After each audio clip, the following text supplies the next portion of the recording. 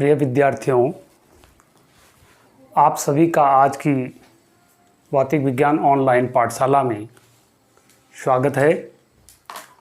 और आज हम आपको, जैसा कि आप जानते हैं, वैद्युत चुंबकीय प्रेरण से संबंधित जो हमारा टॉपिक है, पाठ है, उससे संबंधित न्यूमेरिकल्स आंकिक प्रश्न हम आपको बताने जा रहे हैं। और आज की कड़ी में हमारे पास दो प्रश्न, पांचवा और छठा प्रश्न। तो आइए इनको कैसे करते हैं देखते हैं। एक वायुयान जिसके दोनों पंखों के बीच की दूरी 30 मीटर है, यह 300 किलोमीटर प्रति घंटे के वेग से नीचे उतर रहा है। यदि उतरते समय वायुयान के पंख पूर्व और पश्चिम में हो तो पंखों के नोकों के बीच उत्पन्न प्रेरित विभवांतर या विद्युत भाग बल ज्ञात कीजिए। यदि नोक उत्तर दक्षिण दिशा में हो तो प्रेरित विभवांतर कितना होगा। देखिए, हमने आपको पहले ही बताया कि जब कोई भी चालक छड़ कहें या चालक पदार्थ कहें चुंबकीय बल रेखाओं को काटते हुए आगे बढ़ता है तो उसके सिरों के बीच एक प्रेरित विभवांतर या प्रेरित विद्युत भाग बल उत्पन्न होता है। आपको ध्यान होगा B = BVL। B यानी चुंबकीय क्षेत्र की तीव्रता, V यानी उसका वेग और L यानी उसकी लंबाई। तो ऐसे ये प्रश्न है। तो देखते हैं, क्योंकि वायुयान के जो पंख है वो एक चालक की भांति है, तो सबसे पहले हम लिखते हैं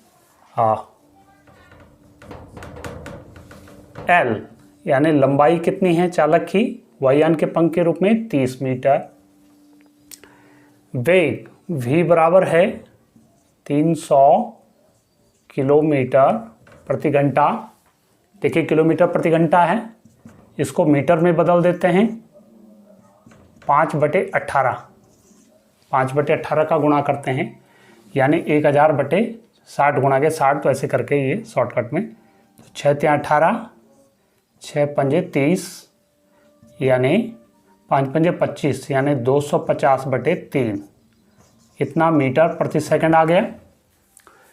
देखिए, पूर्व पश्चिम में और चुंबकीय क्षेत्र का जो क्षैतिज घटक है वो भी आपको दे रखा होगा।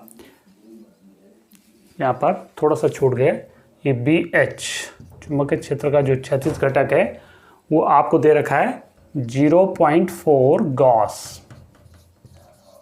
अब देखिए, ये गॉस में दे रखा है, हमें इसको टेस्ला में बदलना पड़ेगा। आप जानते हैं, क्योंकि देखिए 10⁴ गॉस = 1 टेस्ला होता है।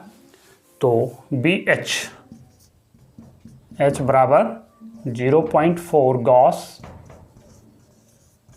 और ठीक है, अब इसको गॉस को टेस्ला में बदलना तो 10⁻⁻4 हो जाएगा।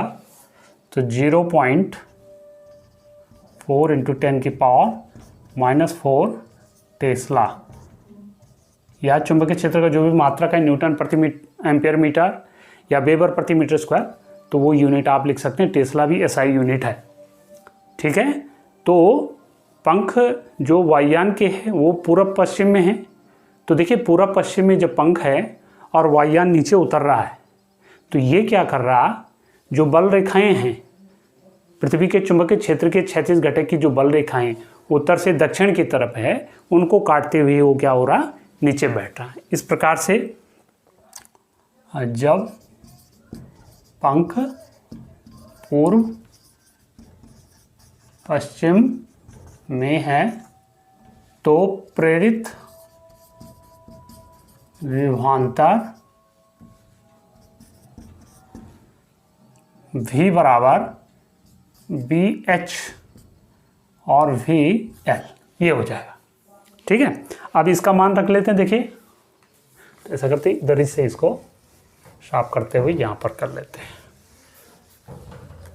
तो V बराबर मान रख लीजिए, BH कितना है 0.4 × 10⁻⁻4 अभी लिखा है, इंटू V यानी 250/3 और L यानी 30, तो 3 × 10⁻30 हो जाएगा। यानी ये V बराबर हो जाएगा 0.4 इंटू 10 की पावर -4 और 25.250 और 1 0 ये हो जाएगी।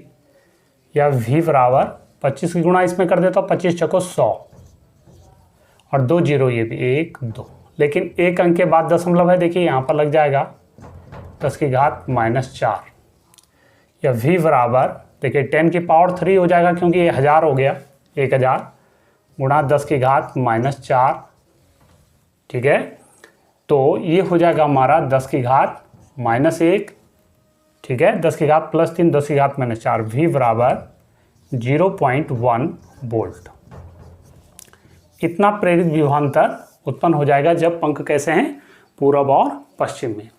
लेकिन इसी को आगे बढ़ाते हुए अगर मैं ये बोलूं, देखिए इसमें दे भी रखा है कि अगर यदि पंख उत्तर एवं दक्षिण दिशा में है तो देखिए कैसे ये उतरेगा, जो पृथ्वी के चुंबकीय क्षेत्र का ऊर्ध्वाधर घटक होगा उसी के साथ नीचे उतरेगा, यानी उसकी बल रेखाओं को काटते हुए ये नहीं उतरेगा। यानी यहाँ पर क्या हो जाएगा, चुंबकीय क्षेत्र का जो घटक होगा, चाहे क्षैतिज घटक हो चाहे ऊर्ध्वाधर घटक है, दोनों की वैल्यू क्या हो जाएगी, 0। तो इस प्रकार से प्रेरित विभवांतर V बराबर BVL जो होता है, V बराबर 0 इंटू V इंटू L, मैं मान नहीं रख रहा हूँ, V इजिकल टू 0 हो जाएगा। तो ऐसी कंडीशन में इसका मान क्या हो जाएगा, 0 हो जाएगा, ठीक है। चलिए अब दूसरा जो प्रश्न है हमारा, उसको सॉल्व करने का प्रयास करते हैं। तो देखिए पहले इस प्रश्न को पढ़ लेते हैं, इसमें क्या क्या दे रखा है और उसकी हेल्प से हमारा कौन सा फॉर्मूला इसमें अप्लाइड हो सकता है। एक प्रेरक कुंडली में प्रेरित धारा 0.1 सेकंड में शून्य से बढ़ करके 8.0 एम्पियर हो जाती है, जिसके कारण उसमें 30 वोल्ट का प्रेरित विद्युत भागबल उत्पन्न होता है। कुंडली का स्वप्रेरण गुणांक ज्ञात कीजिए। तो पहले देखते हैं क्या दे रखा है। समय अंतराल डेल्टा टी बराबर 0.3 सेकंड, ठीक हो गया। इतनी एम्पियर हो जाती है, माने जो धारा है शून्य से बढ़ करके 8.0 एम्पियर हो जाती है, यानी डेल्टा आई बराबर 8.0 माइनस 0 शून्य से बढ़कर, यानी 8.0 एम्पियर। चलिए ये भी हो गया, जिसके कारण उसमें 30 वोल्ट का प्रेरित विद्युत भागबल उत्पन्न होता है, यानी E बराबर 30 वोल्ट। तो उसका स्वप्रेरण गुणांक ज्ञात कीजिए, यानी L आपने निकालना। देखिए आपको ध्यान होगा L के लिए क्या फॉर्मूला होता है, जब हम स्वप्रेरण गुणांक की परिभाषा लिख रहे होंगे, बता रहे थे, तो वहाँ पर L is equal to minus E upon delta I upon delta T, ऐसा कुछ फॉर्मूला था। इसकी हेल्प से हम इसको निकाल सकते हैं। तो L is equal to, minus को आप हाल फिलहाल छोड़ दीजिए यहाँ पर, क्योंकि स्वप्रेरण गुणांक की न्यूमेरिकल वैल्यू आपको निकालनी है। 30 बटे डेल्टा आई 8.0 अपॉन डेल्टा टी 0.3। तो देखो 0.3 ये ऊपर चला जाएगा, 30 गुणा गए 0.3 अपॉन 8.0 माने 8 हो जाएगा। तो 30 ध्यान 90, 9.0 बटे 8, ये L बराबर 9 बटे 8 हेनरी, क्योंकि कट नहीं रहा, या इसको फिर आगे आप दशमलव के रूप में भी निकाल सकते हैं, ठीक है। तो ऐसे आपने करना। स्वप्रेरण गुणांक आपने पढ़ा है कि जब हम क्या करते हैं, किसी कुंडली में धारा का मान परिवर्तित करते हैं। अब देखो यहाँ पर परिवर्तित हो रहा है, 0.3 सेकंड में शून्य से बढ़ करके 8.0 एम्पियर हो रहा है, तो धारा का मान यहाँ क्या हो रहा है, बदल रहा है।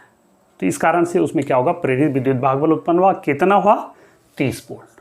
तो इसकी हेल्प से उस कुंडली का जो स्वप्रेरण गुणांक होगा उसको हमें निकालना है, ठीक है। तो तो मुझे लगता है कि आप ये 2 प्रश्न समझ गए होंगे। चलिए फिर मिलते हैं अगले 2 प्रश्न के साथ, तब तक के लिए आप सभी का धन्यवाद।